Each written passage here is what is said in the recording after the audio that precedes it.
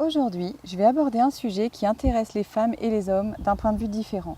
Il s'agit du cycle menstruel et son influence sur notre perception du temps, de la vie et sur les enseignements qu'il nous offre.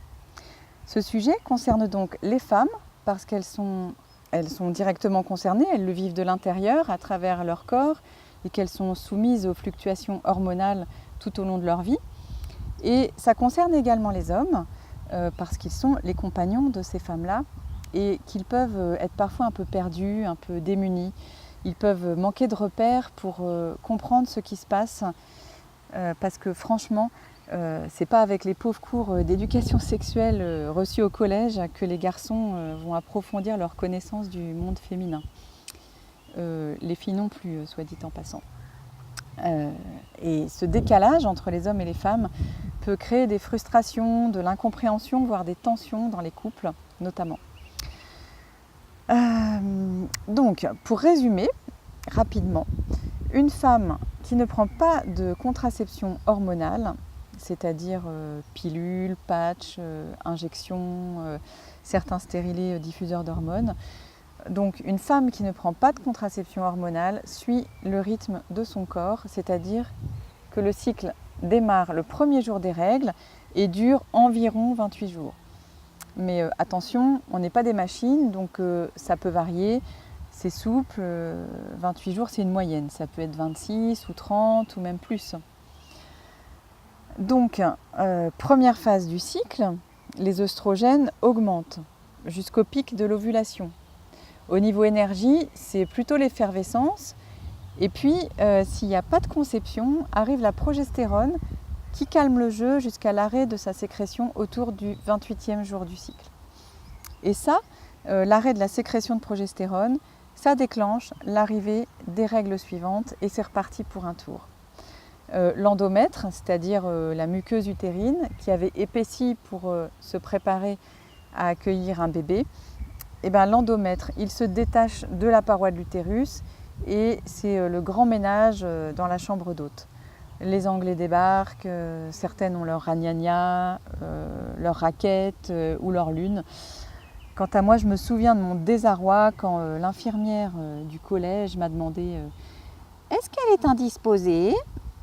en parlant de moi à la troisième personne parce que j'avais mal à la tête et ça a été un grand moment de solitude pour la jeune fille que j'étais parce que personne ne m'avait expliqué ce mot indisposé, enfin en tout cas pas en lien avec les règles. Bref, grand moment de solitude qui m'apprendra à vouloir fuir un cours pénible en allant à l'infirmerie.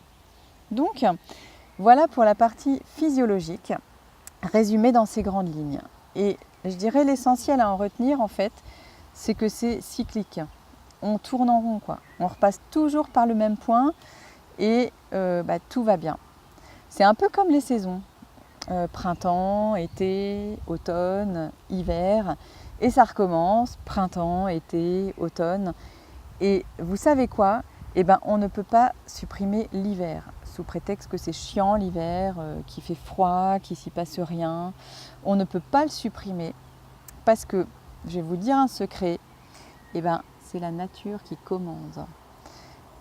Nous les femmes, on a cette nature-là dans le ventre.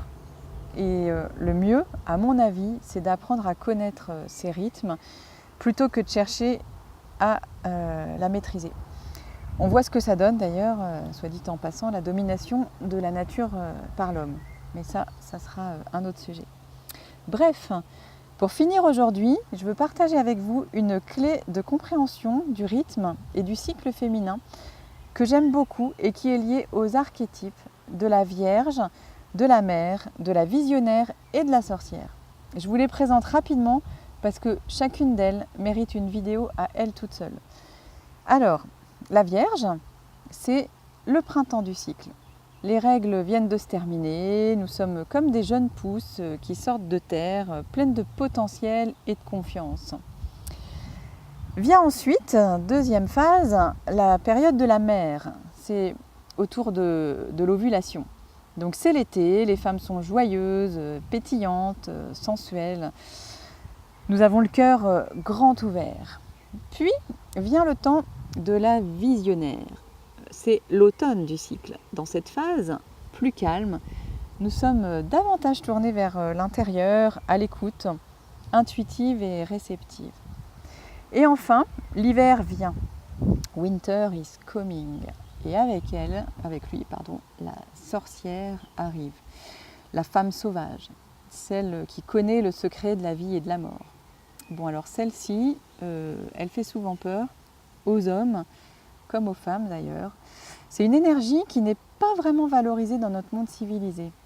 Alors qu'elle a tellement de choses à nous révéler, à mon avis, c'est même la sorcière qui détient la clé qui permet de faire tourner le monde dans le bon sens. Le bon sens ? L'amour, la joie et la bonne humeur, c'est pas votre argent qui fera mon bonheur. Moi je veux créer la main sur le cœur. Ça vous tente ? Alors pensez à aimer cette vidéo, à vous abonner, à partager.